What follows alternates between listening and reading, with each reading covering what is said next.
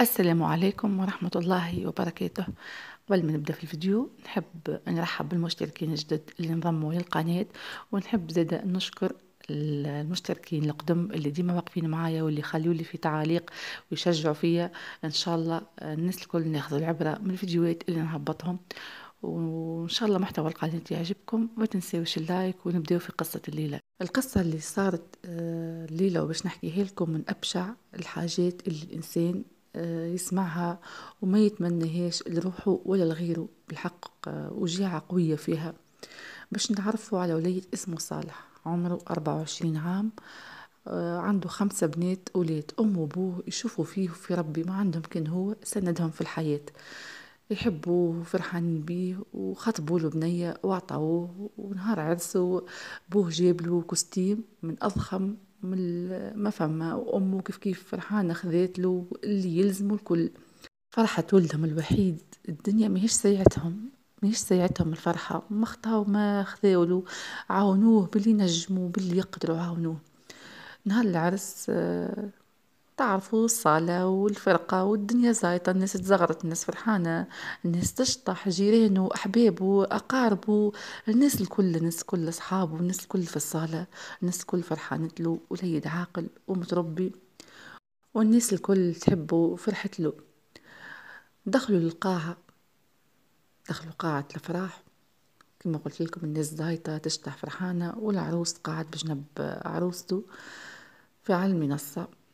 آخر الليل جي العروس خارج هو ومرته طالعين في الكرهبة. وهما في العراق، هي صارت في العراق الحكاية هذه، في العراق، في منطقة اسمها كاروك في حي السلام. عندهم العادة متاع طلقان النار في الهواء. نحن في تونس الحقيقة ما عناش منها، ظهر لي ولا معناها قليلة.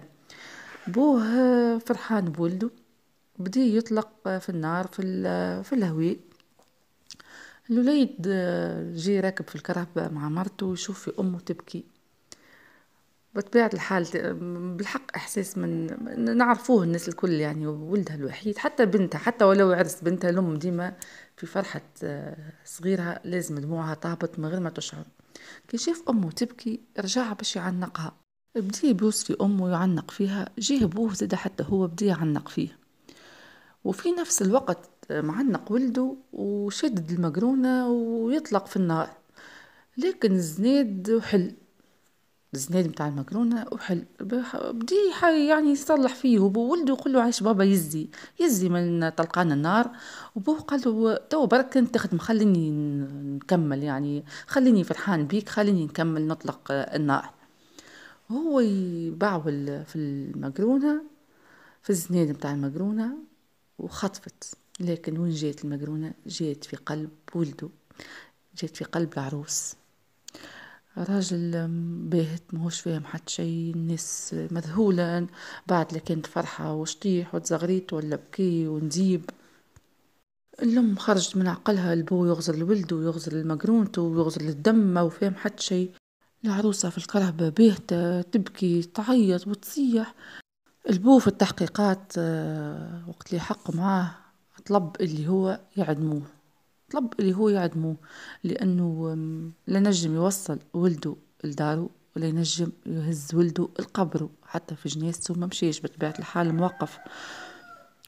الأم الله يصبرها خسرت ولدها ورجلها في لحظة، في لحظة خسرتهم الزوز.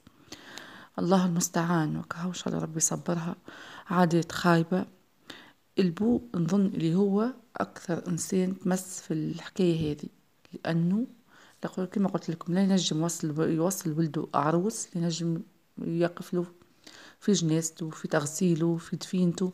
والعروسة زادة فرحة عمرها. إن شاء الله ربي يصبرهم، وربي يكون في عون الأم اللي خسرت ولدها فرحة عمرها في لحظة من زمان. الله المستعان. إن شاء الله ربي يكون معاهم، وربي يرحمه وينعمه، وإن شاء الله يكون مأواه الجنة. نوصل بكم لآخر الفيديو، وإن شاء الله ملتقانا في فيديو قادم بحول الله. بسلامة.